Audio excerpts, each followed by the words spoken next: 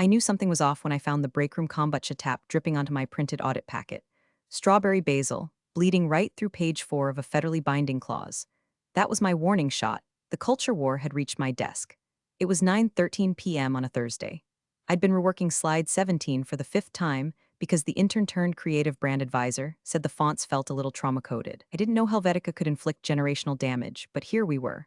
The office was dead silent except for the rattling vent above my head and the slow clack of my keyboard. Everyone else had cleared out after the afternoon happy hour, still reeking of gin spritz and recycled buzzwords. Me, I was finishing the compliance slides for $400 million federal renewal. The kind of contract that doesn't just pay salaries, it is the salary. It was the same contract I'd helped lock down 4 years ago, under 2 CFOs, 3 CEOs, and one extremely awkward attempt at rebranding the firm with a therapy dog and a gamified Slack channel. I'd survived it all by keeping my mouth shut and my documentation tighter than a drum. My name wasn't on the leadership site, but it was on every dotted line that mattered in DC. You don't know me, but maybe you should. And while you're here, don't forget to tap the like button and subscribe. It tells the algorithm I exist, and more importantly, it keeps this crew caffeinated and semi-sane enough to keep bringing you these stories. Anyway, back to the carnage. The pitch deck was nearly perfect. Risk profile, budget burn rate, audit trail review, system-level control protocols. Color-coded, time-stamped. Cross-checked against the new federal guidance that went into effect last Tuesday at 6:04 a.m. I read the footnotes, folks, that's my sin. As I was exporting the final version, my screen flickered. Then came the ping, calendar invite. Presentation restructure, new direction, host, HR, not the general one either. This was from Carly. The one who says things like, let's disrupt compliance and wears eyeliner like it's performance art.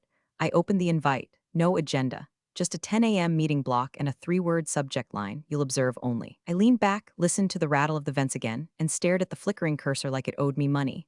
Then I stood up, printed the slides, clipped them, and walked them over to the presentation binder. I always kept hard copies, not because I'm old school, but because when the digital world burns down, paper doesn't ask for a password reset. Friday morning, the new girl was already at my desk. I'm gonna use this space for prep, she said, smiling like she'd just won a free cruise. Her name was Danny, with an I. She had bangs, a ring light in her tote, and kept talking about how federal procurement sounded like the ultimate girl boss challenge. When I walked into the HR meeting, Carly didn't even make eye contact. We're streamlining for synergy, she said, sliding over a form. Please return your access badges and materials. You'll retain title and salary, of course. Just want the visuals to feel fresher. I handed her the slides. Then I reached into my bag and placed 2 items on the table, my key fob and a slim USB drive. Thanks, Brenda. We really appreciate your institutional memory. She said it like I was a dusty filing cabinet. I nodded, but before I stood up, I paused just long enough to look her in the eye. You may want to review the bylaws, I said. She blinked. Sorry, for next time, I added, and walked out. My inbox started getting weird within 2 hours. Requests for signatures. System pings that couldn't complete. An email from procurement marked urgent signature validation error, but I was already gone. I went home, made tea, changed into a hoodie with holes in the sleeves. Then I opened the federal contractor portal and filed a notice. Subject line, named compliance officer terminated. There's something surgical about that phrase. No drama. No slander, just a scalpel cutting through the company's spinal cord. I attached the required documentation. Date, time, responsible party, HR. No replacement listed. Then I sent one more email to the external legal counsel. Subject line, clause 14C, immediate attention. Sent, logged, filed. Then I sat back, watched the ceiling fan spin, and smiled for the first time in 6 months. The air in Carly's office always smelled like pumpkin spice printer toner and unresolved lawsuits. I stepped in, and she didn't even look up from her dual-screen setup. She was too busy toggling between a Canva template and an HR Slack channel named something like hash people not processes. It took her 5 full seconds to acknowledge me, just long enough for my blood to cool 2 degrees.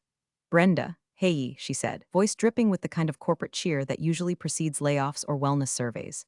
Thanks for coming in. Quick pivot on the presentation, nothing personal, just optics. The leadership team thought it might be better to have Danny walk the clients through it. Fresh face, fresh vibe, you get it. I didn't get it, but I nodded. She reached across her desk and grabbed my binder without asking. I know you've worked hard on this, and we so appreciate your input. Really. I just think the message needs energy, approachability. Danny's got this whole digital native confidence thing, and we want the client to feel the evolution. Danny, I repeated flat. She's been shadowing the branding team all week, Carly beamed. She's a sponge. And don't worry, we'll CC you on the post-review debrief notes if there's time. There it was, the quiet guillotine of irrelevance.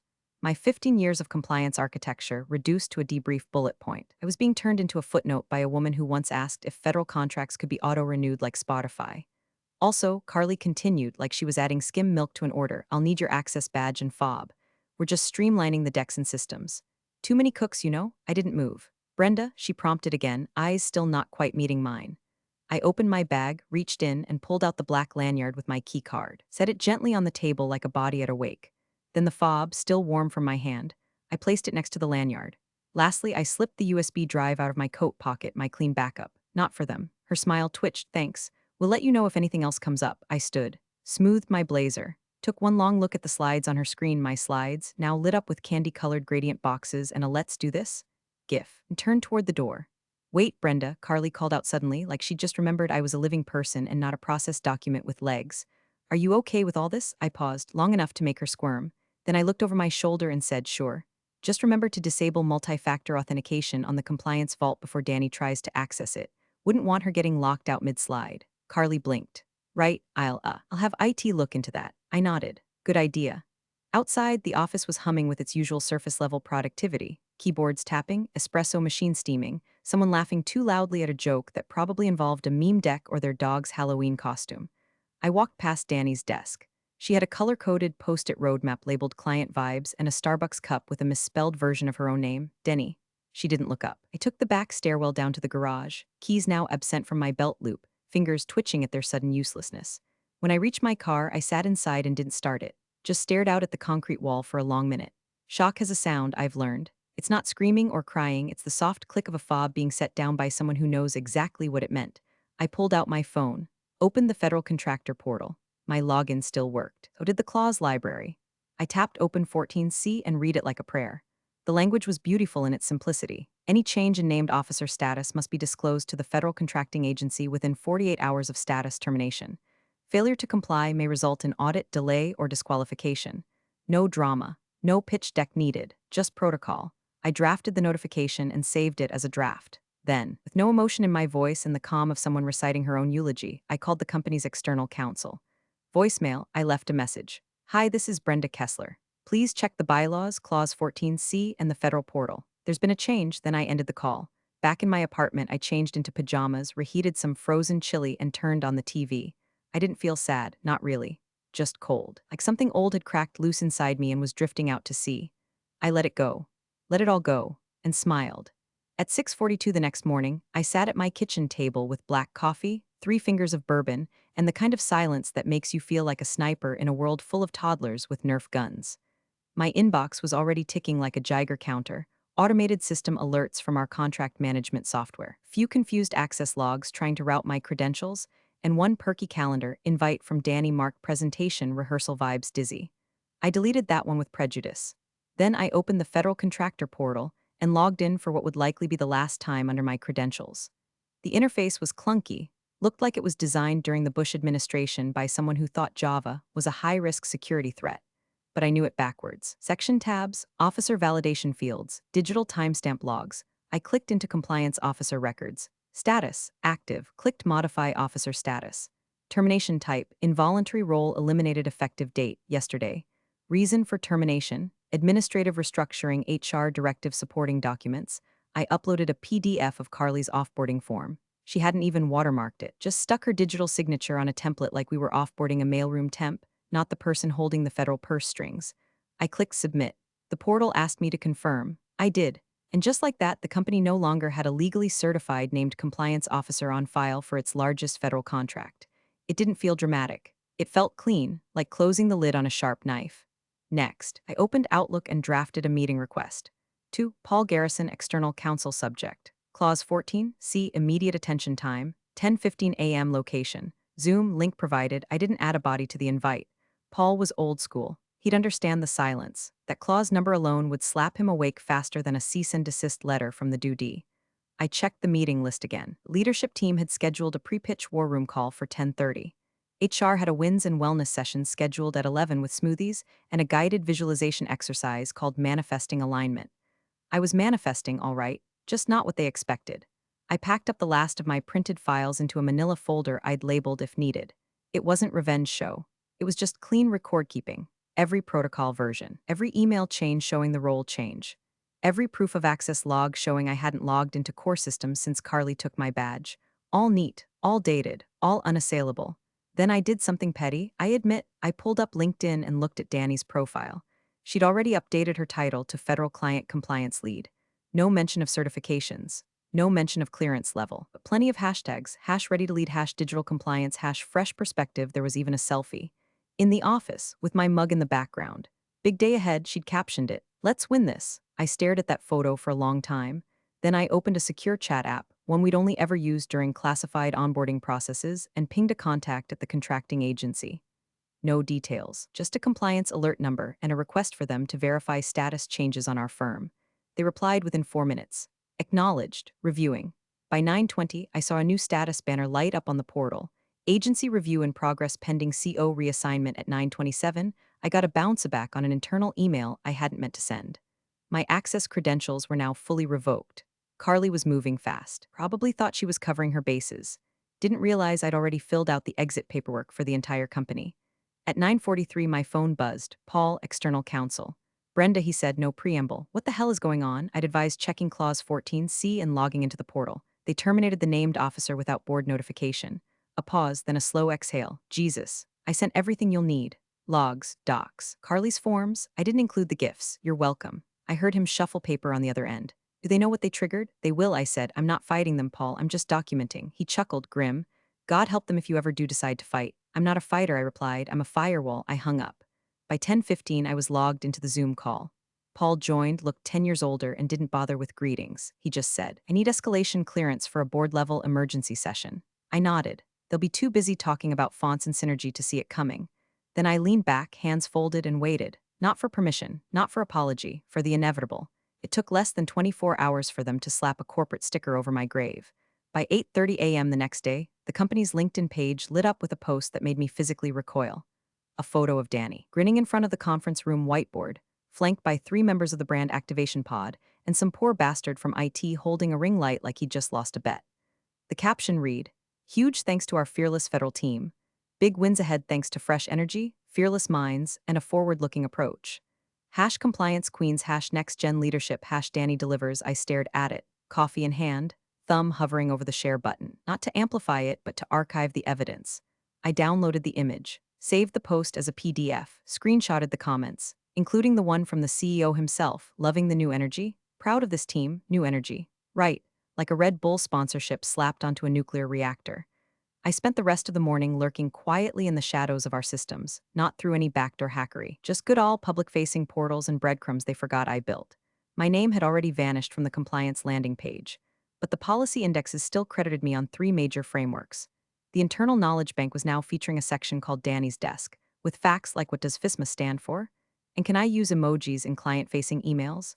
Meanwhile, the CEO, Kip, a man with veneers so white they could double as flashbangs, was doing his usual pre-pitch posturing. He'd scheduled a vision alignment meeting at 11:15, where he reportedly said the word synergy 9 times in 4 minutes. Someone told me he fist-bumped Danny mid-call and said, let's break the mold, kid. Mold was broken, all right, like black mold through drywall. The internal counsel, Greg, a nice enough guy with the personality of a wet sock and the reflexes of a taxidermied deer, finally noticed something odd in the federal submission portal around noon. I know because he tried to access a document and hit a credential lockout. He pinged the contracts team on Slack. Hey, random, who's listed as our CO on the 2390 ATEF submission packet? Just got a weird status hold message. No one answered because no one knew. They assumed I was still in the background, invisible and humming like infrastructure. The pipes that run behind the walls. Electricity you don't thank until it's gone. I watched the Slack channel erupt an hour later when the system flagged an officer verification pending alert and blocked the document finalization tab.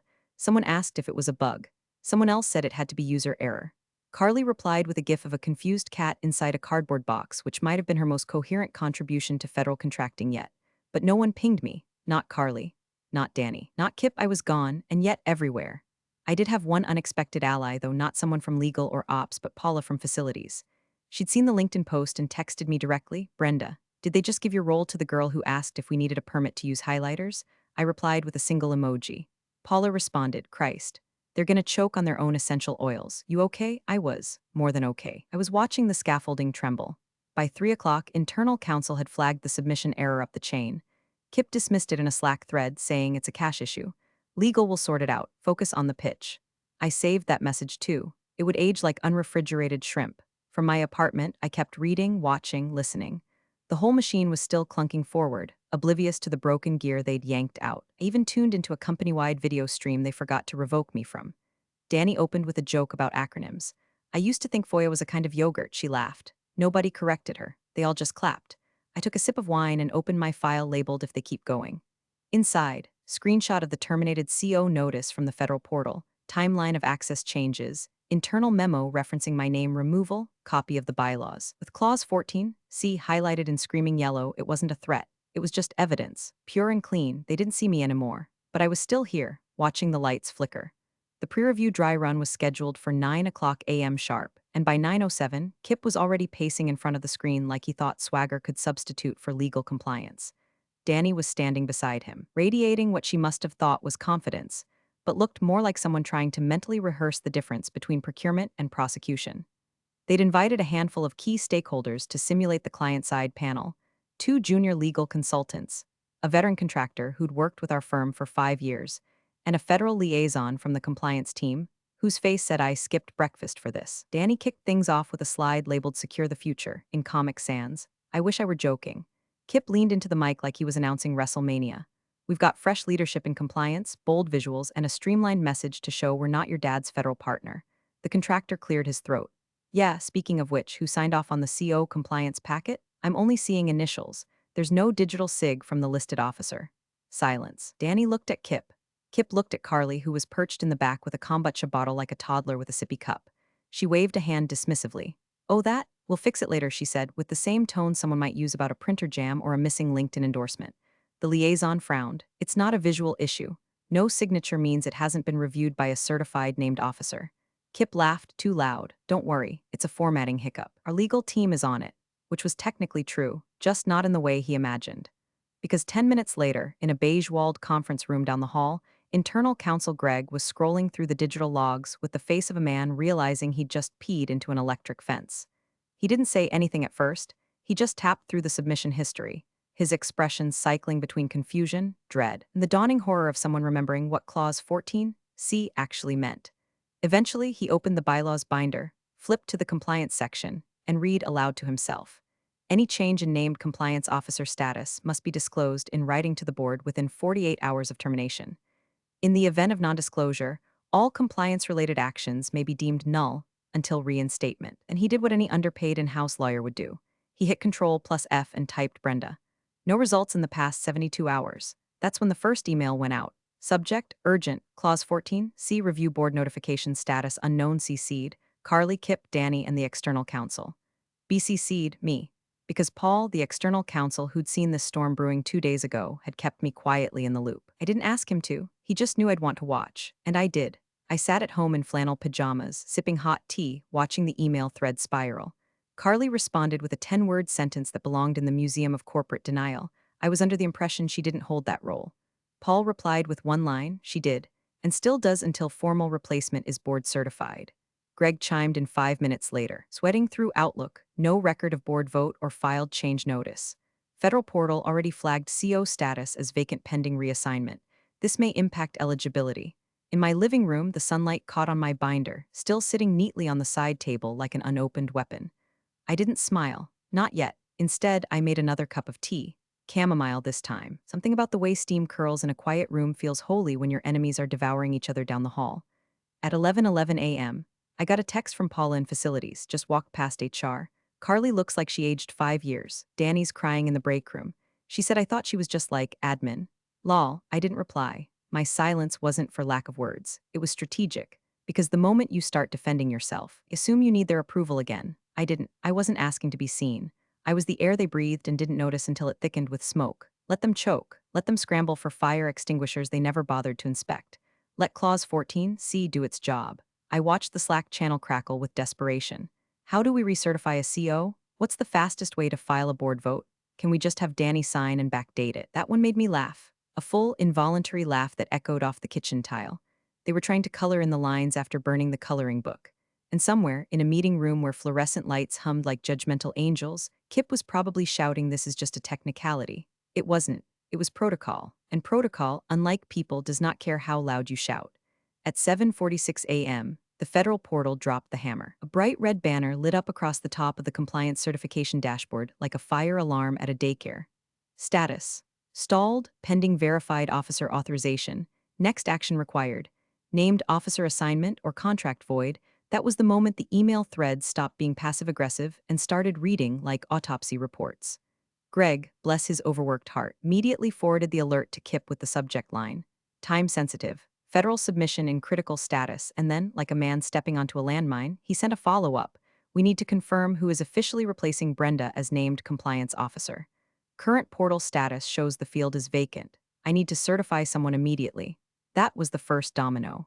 The second came when Kip, who hadn't read a contract longer than a cocktail menu since 2019, forwarded the email to Carly with a single line: need a name for CO, can you confirm? Carly, either still drunk on synergy or just dangerously unqualified, typed the equivalent of professional seppuku. She wasn't needed. We didn't replace her. Danny has the deck. Greg didn't respond. He just hit forward and sent that to Paul, our external counsel, the carbon copy to the CEO's personal assistant. Paul's reply came 30 minutes later, and you could feel the oxygen evacuate the building through the screen. This triggers Clause 14C. There has been no formal reassignment. You cannot proceed with any federal filings, certifications, or access without a board-approved named officer. Recommend immediate emergency board session. Not optional, not advisory. Recommend in lawyer speak means you're already bleeding and haven't noticed yet. At 10:12 a.m., a private calendar invite hit my inbox.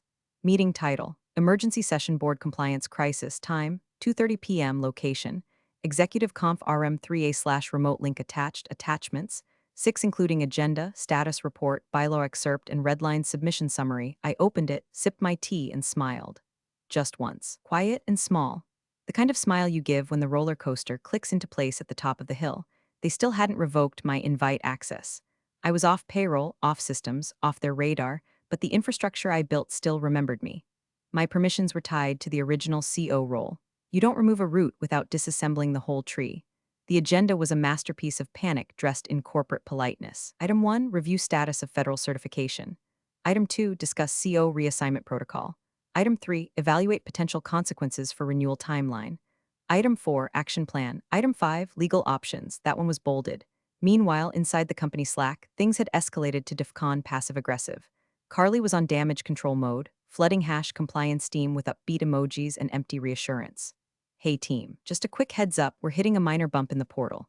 Nothing we can't fix together. Smiling rocket hash teamwork makes the dream work. Greg didn't respond. Danny didn't either. Someone else replied with a skull emoji. Outside counsel had already briefed the board chair, who apparently asked during an actual Zoom call, wait, Brenda's not still doing that? To which Paul allegedly replied, no, sir. Brenda's not doing anything anymore. That's the problem. Inside the war room, Kip apparently tried to propose a workaround. Can we just re-add her temporarily? Like, backdate something? Paul shut that down in a voice I imagine could liquefy granite. Federal regs require CO certification to be active and current at time of filing. Reinstatement after termination voids any prior authority unless recertified. That's a 5 to 10 business day minimum process. Carly tried to argue that the termination was more symbolic.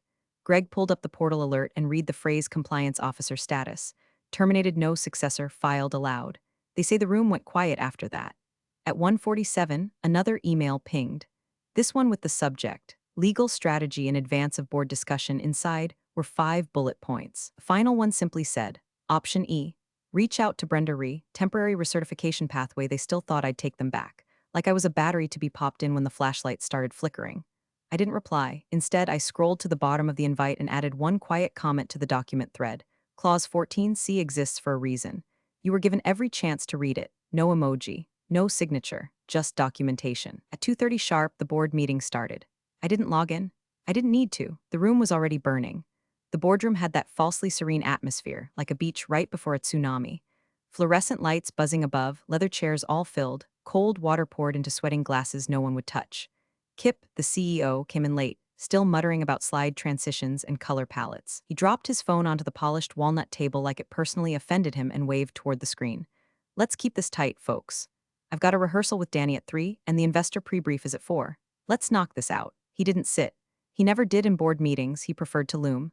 Alpha posturing, learned in some airport Sheraton during a weekend MBA.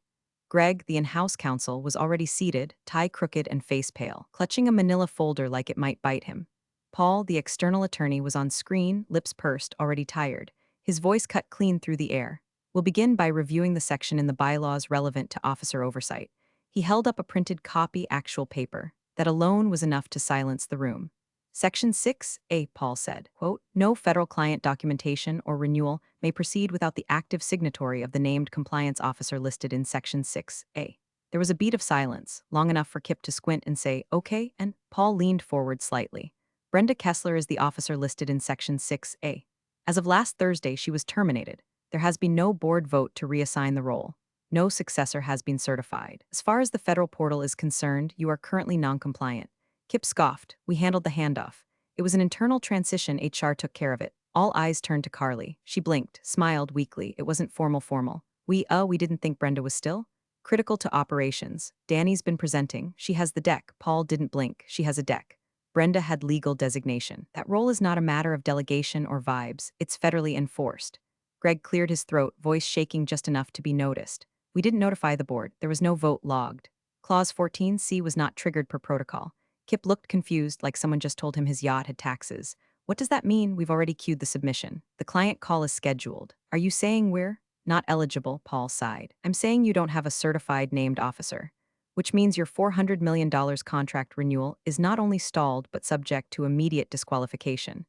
The CFO, who'd been silently taking notes, looked up and said, "Wait, is this going to trigger clawbacks?" Paul nodded once. "It's possible. If the agency deems the lapse as intentional misrepresentation, yes. And if they audit past filings tied to Brenda's name post-termination." He didn't finish the sentence. The silence that followed wasn't quiet. It was the kind that hums, that stings in your ears, the kind that comes when you realize you've been playing Monopoly and someone just slapped down a real eviction notice. Carly opened her mouth, then closed it. The head of risk management muttered, "My God." The board chair turned to Kip. "You allowed this?" "I didn't fire her," Kip said. "Defensive now? That was HR's call. She was our firewall," someone whispered. "She was the one thing keeping this house of cards from getting blown over by a federal audit."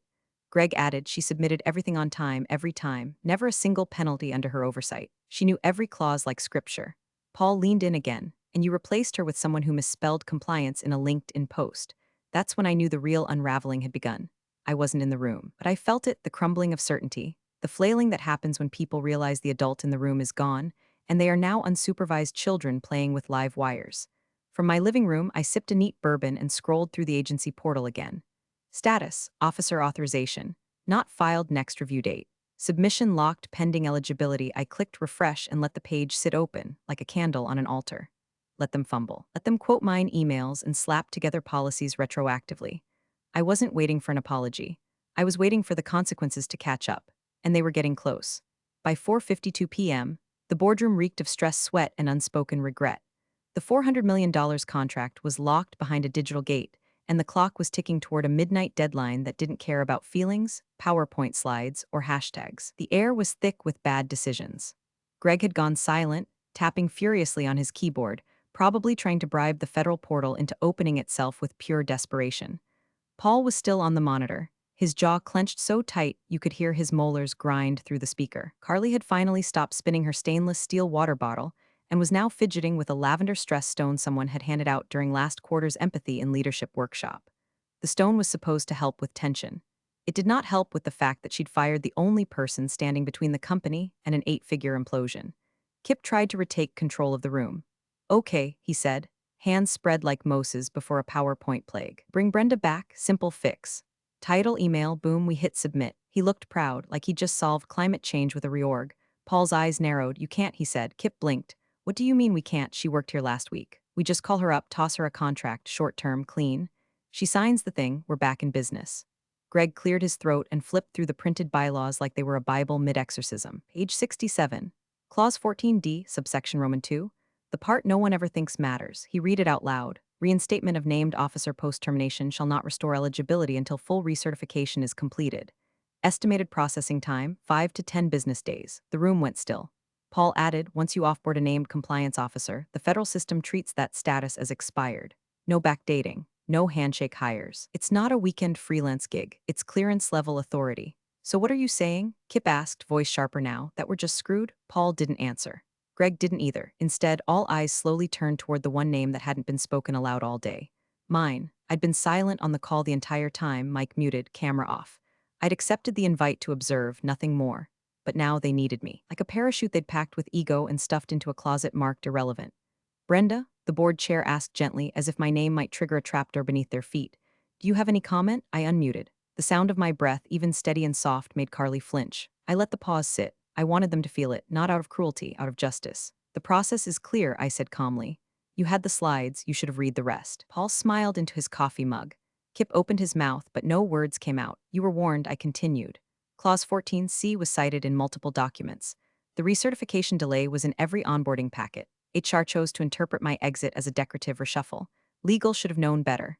I leaned forward, speaking directly now, not as an employee, but as the living embodiment of the protocols they'd ignored. This isn't about feelings. It's about documentation, and the documentation is airtight. Carly tried to find her footing. We weren't trying to undermine anything. We just thought.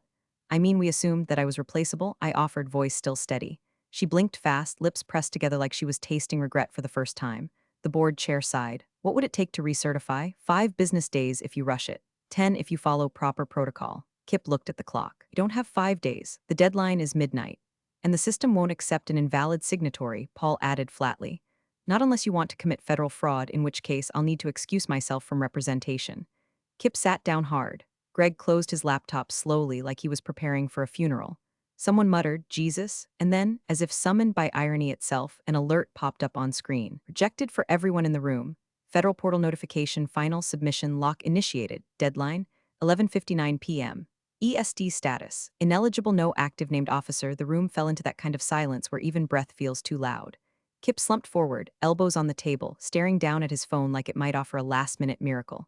Carly finally set down her stress stone. Her hands were trembling. I spoke once more. Just one last sentence. This isn't personal, it's procedural. And then I logged off. The pen made a soft tapping sound against the table, barely audible, but it cut through the air like a gunshot. Kip was gripping it so tight his knuckles were white, teeth clenched, jaw twitching like he'd just bitten into something rotten. And maybe he had. At 12:02 a.m., the federal portal refreshed automatically on the large wall screen. The words no CEO ever wants to see came up in perfect bureaucratic font. Contract renewal, expired status, ineligible named compliance officer not verified, no bells, no sirens, just a red line across $400 million in expected revenue, and a digital tombstone where the deal used to be. No extensions, no appeals, no sympathy. Greg exhaled like he'd been underwater. Carly was still staring at her laptop, lips moving but no sound coming out, as if she were praying to the god of PR spin and LinkedIn apologies. It wouldn't help. There was no hashtag that could fix what was coming. On the screen, another set of alerts rolled in behind the deadline message. Automated flag, audit required notice, potential clawback review 18-month window, someone in the room gagged. The CFO, probably. The sound was wet and quiet. Kip finally set the pen down, gently, almost lovingly, like it might shatter if he let go too fast. Then he looked up, eyes not angry, not even shocked, just hollow. The kind of face a man wears when he finally realizes the check engine light wasn't optional. Carly looked at him like a child expecting to be grounded. But he didn't say anything. He just rubbed his temples like he could massage the failure back into its packaging. That's when I stepped into the room. I didn't say anything at first. I didn't have to. Every pair of eyes followed me as if I'd walked in wearing a judge's robe and carrying a gavel made of regret. I approached the head of the table, calm, composed, no notes, no binder, just one small black thumb drive. I placed it gently in front of Kip. These are your archive protocols, I said, fully updated, time-stamped, and indexed. They cover every certification, every revision, and every change request submitted during my tenure. Kip didn't move. I looked around the table at the suits who used to walk past me like I was furniture, at the execs who nodded politely while brushing off my memos, at Carly, whose pupils were now little glass marbles of panic. I trust, I continued, someone else will present them next time. No one said a word, not even Paul, not even Greg, not even Danny, who was probably home crying into a lavender candle and trying to Google what does clawback mean. I straightened my jacket, turned without waiting for thanks, and walked out. No applause, no standing ovation, just silence. But it was the right kind of silence, the kind that follows a surgical strike. Precise, devastating, final. As I passed the elevators, I caught a glimpse of my reflection in the polished chrome. The same blazer, the same hair pulled back. But something behind the eyes had shifted. I wasn't invisible anymore. I didn't need to be seen to be felt. Outside, the night air was cold and sharp. I pulled my coat tighter, stepped out onto the pavement, and didn't look back. I didn't need to. I could feel it behind me, the building, still lit, still buzzing, still full of people who thought procedure was optional until the walls caught fire. Now the walls were burning, and I was already walking into the dark, clean air, leaving the smoke behind. Alone, but never unnoticed again. You're the real MVPs of the office jungle. Thanks for watching. Smash that subscribe button, or the coffee pot might just forget your next brew.